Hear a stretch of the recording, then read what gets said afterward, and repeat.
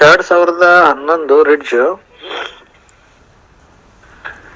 VXi petrol ಗಾಡಿ. ಇದು owner first ಆಗಿದ್ದಾರೆ. ಒಳ್ಳೆ ಕಂಡೀಷನ್ ಇದೆ ಗಾಡಿ. ಪೆಟ್ರೋಲ್ ಗಾಡಿ ಅಂದ್ರೆ ಫ್ಯಾಮಿಲಿ ಯೂಸ್ ಮಾಡ್ಲಿಕ್ಕೆ ಒಳ್ಳೆ ಗಾಡಿ.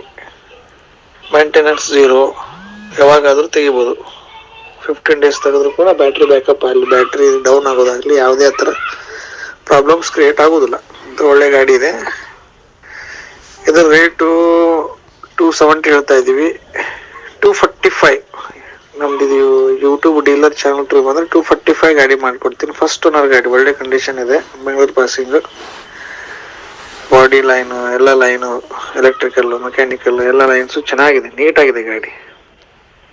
ಲೊಕೇಶನ್ ಬಂದ್ಬಿಟ್ಟು ಬಿಜಾಪುರ.